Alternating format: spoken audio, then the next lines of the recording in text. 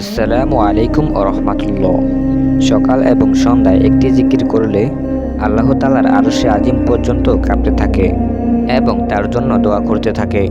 যতক্ষণ না পর্যন্ত তার দোয়া কবুল করা হয় ততক্ষণ পর্যন্ত কাঁপতে থাকে আর দোয়া করতেই থাকেন। সুবহানাল্লাহ। আল্লাহ তাআলা খুঁটিকে বলে, ও খুঁটি, তুমি তোমার কাঁপা বন্ধ করে দাও। খুঁটি বলে, হে আল্লাহ, আমি আমার কাঁপা বন্ধ করতে পারবো না ততক্ষণ পর্যন্ত না, যতক্ষণ পর্যন্ত আপনি তাকে ক্ষমা করে দিবেন। সুবহানাল্লাহ। প্রিয় দর্শক, এই জিকিরটি হলো সর্বশ্রেষ্ঠ জিকির।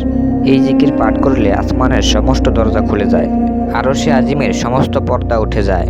হযরত মুহাম্মদ সাল্লাল্লাহু আলাইহি সাল্লাম পবিত্র হাদিসের মধ্যে ইরশাদ করেছেন, 7 আসমান ও 7 জমিন এক পাল্লায় রাখলে অপর পাল্লায় যদি এই জিকিরটি রাখা হয় তাহলে এই জিকিরের পাল্লাটি বেশি ভারী হয়ে যাবে। সুবহানাল্লাহ। এই জিকির পাঠ করার পর আল্লাহর কাছে কোনো কিছু চাওয়া হলে আল্লাহ তাআলা অবশ্যই তার চাওয়াকে পূরণ করেন।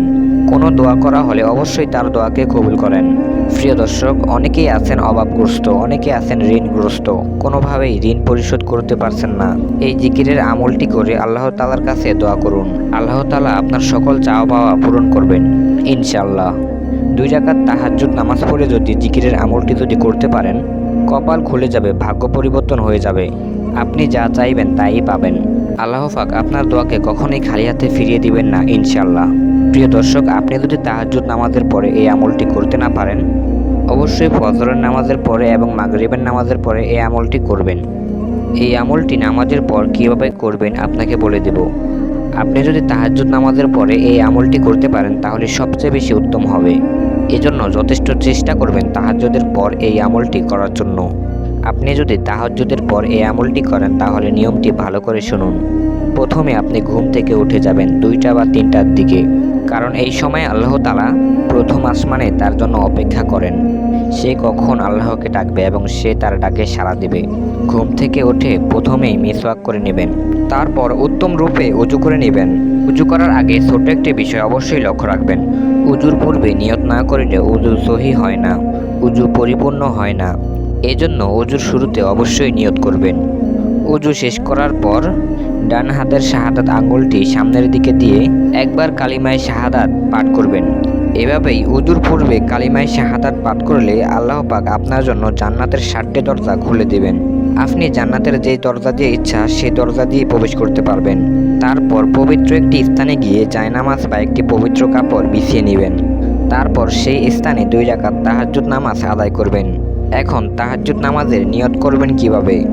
আপনি নামাজের নিয়ত মনে মনে এইভাবে করবেন, আমি কিবলামুখী হয়ে আল্লাহ তাআলার সন্তুষ্টির জন্য 2 রাকাত তাহাজ্জুদের নামাজ আদায় করছি।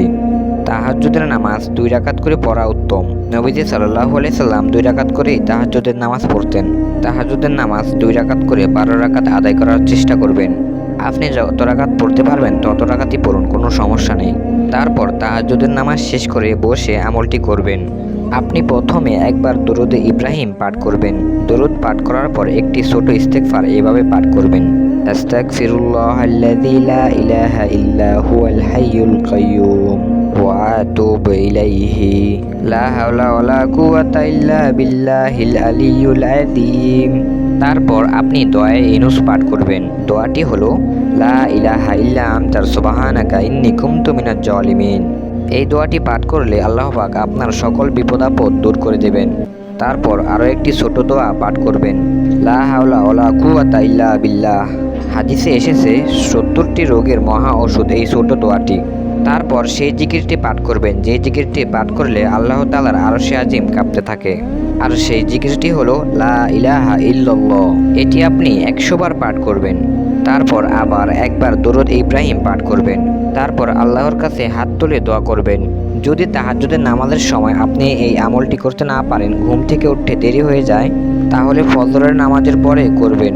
তারপরও যদি করতে না পারেন তাহলে মাগরিবের নামাজের পর করবেন। তারপর মুনাজাত ধরে আপনার সকল চাওয়া পাওয়াগুলো আল্লাহর দরবারে তুলে ধরবেন। ইনশাআল্লাহ আপনার সকল চাওয়া পাওয়া আল্লাহ পূরণ করবেন।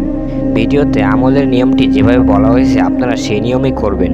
যদি না বুঝে থাকেন ভিডিওটি আবার দেখুন।